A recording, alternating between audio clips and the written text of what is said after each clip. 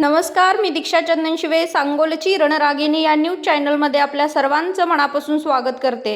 आज तुम्ही सांगोल्यामध्ये पावसाची पाहणी करून आलेला आहे, तर कशा पद्धतीने परिस्थिती आहे सांगोला तालुक्यामध्ये पर्जन्यवृष्टी? यावर्षी साधारण सांगोला तालुक्यामध्ये सरासरीपेक्षा प्रचंड मोठ्या प्रमाणावर अतिवृष्टी झालेली आहे आणि पावसाच्या सुरुवातीपासूनच सांगोला तालुक्यात आणि परिसरामध्ये पावसाचं प्रमाण हळूहळू वाढत गेलं आणि गेल्या 2 दिवसाच्या काळामध्ये अतिवृष्टी आणि परवाच्या दिवशी रात्री तालुक्यामध्ये ढगफुटी झाल्यामुळं तालुक्यामध्ये अतिशय पूर परिस्थिती अतिशय भयानक झालेली आहे। अनेक ठिकाणचे ओढे नाले प्रचंड भरल्यामुळे काही पूल वाहून गेलेले आहेत, अनेक गावातील घरामध्ये पाणी शिरलेलं आहे, अनेक गावातील घरं वाहून गेलेली आहे, जनावरं वाहून गेलेले आहे आणि सगळ्यात महत्त्वाचं म्हणजे नुसते एवढ्या हानीवर नाही, मनुष्य हानीसुद्धा या पावसामध्ये मोठ्या प्रमाणावर झालेली आहे। एक आमच्याच परिसरामध्ये कोरडा नदीमध्ये गंगाराम चौगुले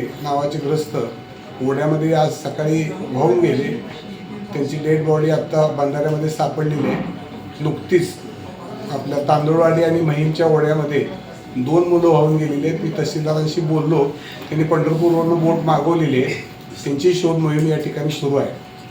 तर माझी आपल्या माध्यमातून शासनाला आणि विशेषतः आपल्या जिल्ह्याचे अतिशय कर्तव्यगार पालकमंत्री, राज्याचे ग्रामविकास मंत्री आदरणीय जयकुमार भाऊ गोरे साहेबांना आपल्या माध्यमातून मी विनंती करतोय, मी त्यांच्याशी प्रत्यक्ष संवाद साधण्याचा प्रयत्न केला, लवकर त्यांची माझं बोलणंही होईल।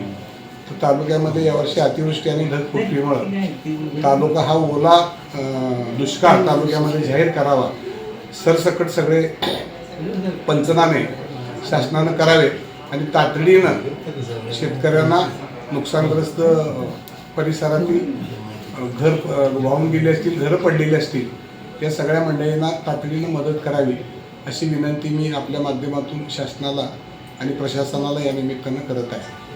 माझ्या माहितीप्रमाणे प्रशासनाचं काम थोडंसं आहे समाधानकारक, पण याहीपेक्षा त्यांनी जास्तीची गती दिली पाहिजे। मी संपूर्ण या पूरग्रस्त भागातला बऱ्यापैकी दौरा केला, अतिशय अवस्था अतिशय वाईट आहे।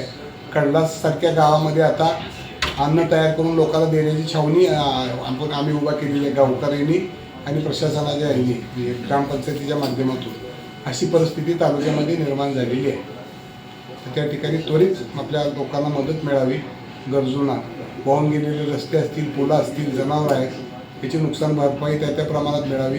उभा असलेली जी पिकं आहेत, केळी असेल, डाळिंब असतील, त्यांचे मोठ्या प्रमाणात नुकसान झालेलं आहे। उभ्या पिकाचे सुद्धा पंचनामे व्हावे आणि त्या पद्धतीनं त्या पटीत त्यांना नुकसान भरपाई मिळावी, अशा पद्धतीची मागणी आणि विनंती या निमित्ताने करतो। डाळिंब पीक धोक्यात आले, 5-6 वर्षापाठीमागे पाऊस पडला होता, त्यामध्ये डाळिंब पीक तालुक्यातलं बऱ्यापैकी उद्ध्वस्त झालं, तशीच परिस्थिती यावेळी झालेली आहे। प्रशासनाला तुम्ही काय सांगाल? प्रशासनाला तर मी या निमित्तानं विनंती केलेली आहे की सगळ्यात महत्त्वाचं म्हणजे ती पर्जन्यमापक यंत्र जी तालुक्यामध्ये बसवलेली आहेत ती काही कामाची नाहीत, ती काय पर्जन्यमापक यंत्र नीट काम करत नाहीत, वर्षानुवर्ष त्याचं कोण दुरुस्ती नाही, त्याचं मेंटेनन्स नाही आणि त्याचा हिशोब लावला आता एवढं सगळं वाहून गेलं दिसतंय आपल्याला सगळ्याला, आणि आता काय मोजमाप हे करणार आहेत मला काही माहिती नाही, परंतु पावसानं जे थैमान घातलेलं आहे त्याचं त्यांनी सगळ्यांनी परिस्थिती बघावी आणि तालुक्यात ओला दुष्काळ जाहीर करावा आणि सरसकट पंचनामे करून मदत मिळावी अशी माझी विनंती।